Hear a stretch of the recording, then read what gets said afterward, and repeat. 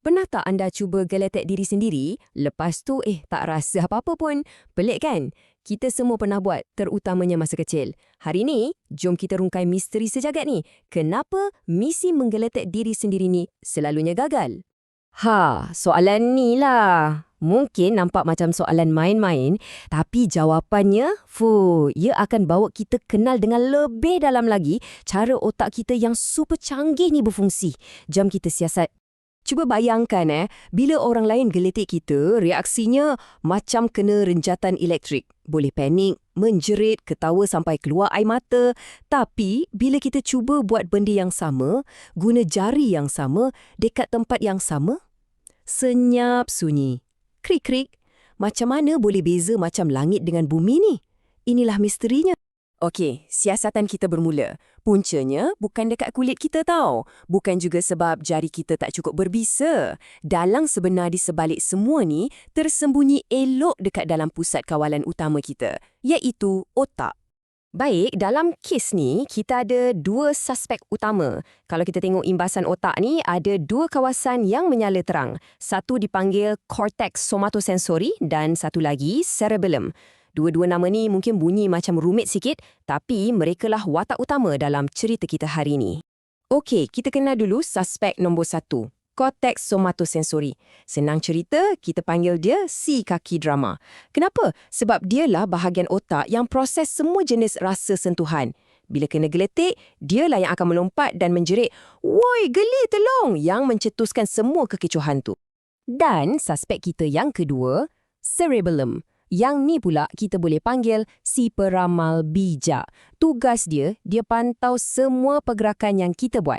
Dan ini bahagian yang paling penting, dia boleh ramal apa yang kita akan rasa sebelum benda tu berlaku lagi. Hebat kan? Dia ni macam sentiasa ada spoiler alert untuk semua tindakan kita.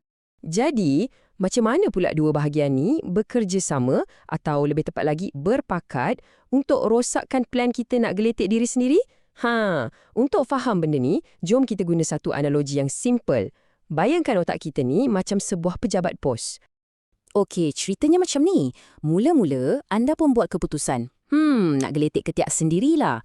Sebelum kita, si postman yang cekap ni terus hantar satu memo amaran awal kepada cortex somatosensori.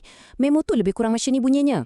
"Hoi, bos nak geletek diri sendiri ni. Relax je, jangan overreact." Jadi, bila jari anda akhirnya sampai, cortex somatosensori, si penerima bungkusan ni, dah tahu dah. Dia pun macam, "Oh, kau ke? Ingatkan siapalah tadi, tak terkejut pun." Habis cerita. Analogi pejabat pos tadi tu sebenarnya memang ada nama saintifik dia. Seluruh sistem ramalan ni dipanggil model hadapan atau forward model. Dan memo amaran yang dihantar oleh cerebellum tu pula, saintis panggil dia afferent copy. Ia macam satu salinan arahan pergerakan. Jadi otak kita guna memo ni untuk jangka apa akan jadi dan terus batalkan rasa geli tu siap-siap. Bijak betul. Tapi kan, macam mana saintis nak buktikan yang teori ramalan ni betul-betul terjadi? Takkan nak belah otak pula kan? Jawapannya, mereka kena jadi lebih licik daripada otak. Jadi, mereka pun reka satu eksperimen yang sangat bijak untuk tipu sistem ramalan dalam otak kita. Fikirkan sekejap, macam mana agaknya cara terbaik nak uji teori ni? Mestilah dengan cuba menipu otak tu sendiri kan? Kalau kita boleh buat ramalan cerebellum tu jadi salah, secara teorinya, kita patutnya boleh rasa geli balik, betul tak? Dan inilah cara genius yang mereka buat. Penyelidik dekat University College London cipta satu alat khas. Peserta akan kawal satu joystick dan joystick tu pula akan gerakkan satu lengan robot untuk geletek tapak tangan mereka.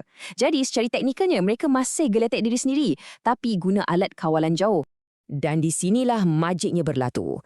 Mula-mula bila tak ada sebarang lengah masa, peserta tak rasa geli sangat pun. Sama macam biasa.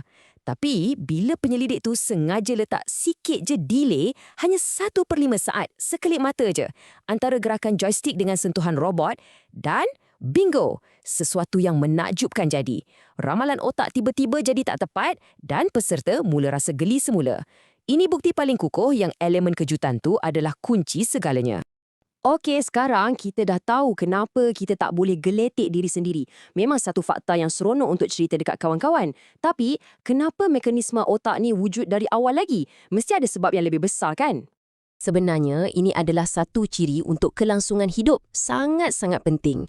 Otak kita sengaja abaikan sensasi sentuhan diri sendiri supaya ia boleh fokus sepenuhnya pada sentuhan dari luar yang tak dijangka. Dengan cara ni, kita boleh bezakan antara sentuhan tangan kita sendiri yang tak bahaya dengan, katakanlah, seekor labah-labah beracun yang tengah merayap atas kaki kita. Otak kita tapis semua bunyi bising supaya ia boleh dengar isyarat bahaya dengan jelas. Dan cerita ni ada satu lagi lapisan yang lebih dalam. Apa kan jadi kalau sistem memo amaran dalam otak ni rosak atau tak berfungsi dengan baik? Kajian mendapati, bila sistem pemantauan diri ni terganggu, ia mungkin ada kaitan dengan apa yang berlaku dalam sesetengah keadaan psikiatri. Petikan kajian ni tunjukkan sesuatu yang sangat menarik. Sesetengah pesakit ini, mereka tak rasa pun perbezaan geli bila disentuh orang lain atau diri sendiri. Graf ni tunjukkan buktinya dengan jelas. Lihat, bagi sesetengah pesakit, perbezaan antara sentuhan diri dengan sentuhan orang lain hampir tak wujud. Mereka rasa sentuhan sendiri tu sama kuat macam sentuhan dari luar. Cuba kita bayangkan sekejap. Kalau otak dah tak boleh bezakan mana satu tindakan kita sendiri dan mana satu tindakan orang lain, garis sempadan antara diri kita dan dunia luar mula jadi kabur. Ini menunjukkan betapa pentingnya sistem ramalan yang nampak remeh ni. Ia bukan setakat untuk halang kita dari geletik diri sendiri, tapi ia adalah asas kepada cara kita faham siapa diri kita. Jadi kesimpulannya, ketidakupayaan untuk menggeletik diri sendiri ni bukanlah satu kelemahan atau bug. Sebaliknya, ia adalah satu feature yang hebat. Tanda sebuah otak yang sangat cekap. Otak anda adalah sebuah mesin ramalan yang luar biasa berkuasa. Ia sentiasa cuba untuk selangkah ke hadapan, membatalkan bunyi bising yang ia buat sendiri supaya ia boleh fokus pada perkara yang betul-betul penting. Dunia di sekeliling anda. Jadi, saya tinggalkan anda dengan soalan ni untuk difikirkan. Kalau otak kita sentiasa meramal dan membatalkan sensasi sentuhan kita sendiri, apa lagi agaknya perkara lain yang ia ramalkan setiap saat tanpa kita sedar langsung? Fikir-fikirkanlah.